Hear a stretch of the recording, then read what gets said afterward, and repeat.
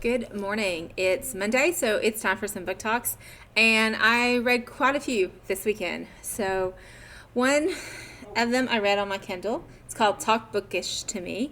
It's a contemporary adult romance, but it was an author.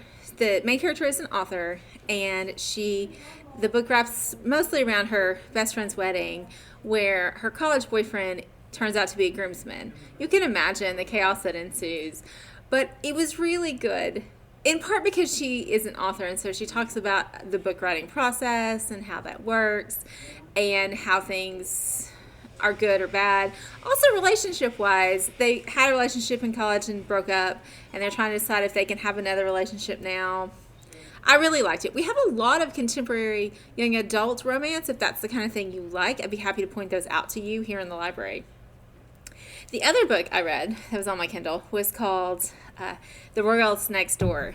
And so it was very much maybe paying homage to the idea that Harry and Meghan moved out of London and into what they speculated at the time might have been Canada so they could get away. And so that is kind of what happens here. This royal couple moves to an island in Canada to get away from their responsibilities. And the woman who lives in what used to be the servant's cottage, but is now an independently deeded household, falls for their bodyguard. It was really good too. I really actually did like it. I love that there was an absence of the whole miscommunication crisis, I'm going to call it. So when someone doesn't tell someone something and then it goes south and then they don't get back together for a while, and that drives me crazy. In this book, the couple just communicated the entire way through. It was so nice. But again, we have books like that in the library, so if that's the kind of thing you're interested in, come see me. So I also read In the Neighborhood of True, which is a historical from 1959, and it was a little slower maybe than I wanted at the beginning, but what was crazy to me is that in 1959 Atlanta, in history class, they were learning about the War of Northern Aggression.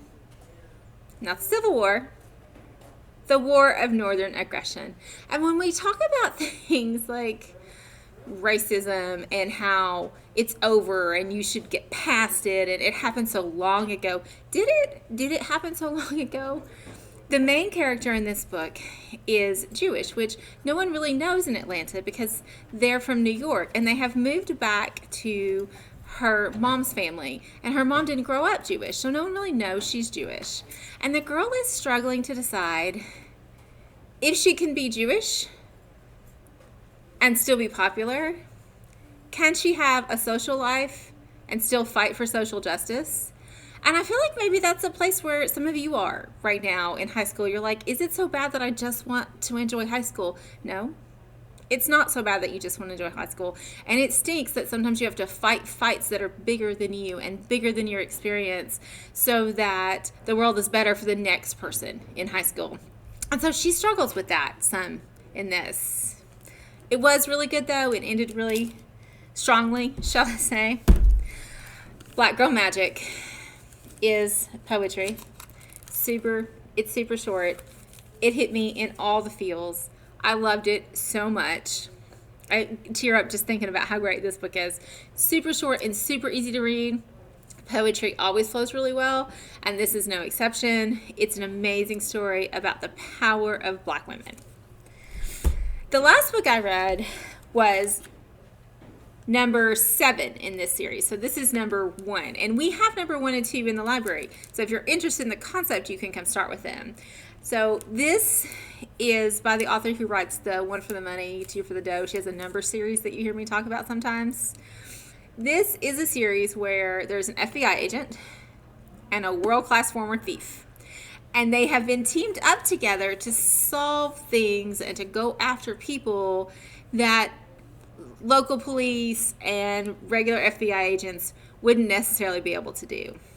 And so they work together to out-heist other people, to outmaneuver other groups. So the book I just read is called The Bounty, and they were looking for gold that the Nazis had stolen and stored away at the end of the war. It was just as good and just as outrageous as any of the other ones, though. Like, think Mission Impossible craziness and maybe take it down a notch or two. But that's the level of action and adventure in these books. They're really great, and I really enjoy them.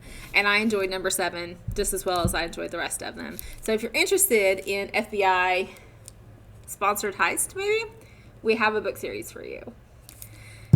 If you guys want anything that I talked about, it'll be here. And if you want to talk to other books, please come talk. Love to hand books out.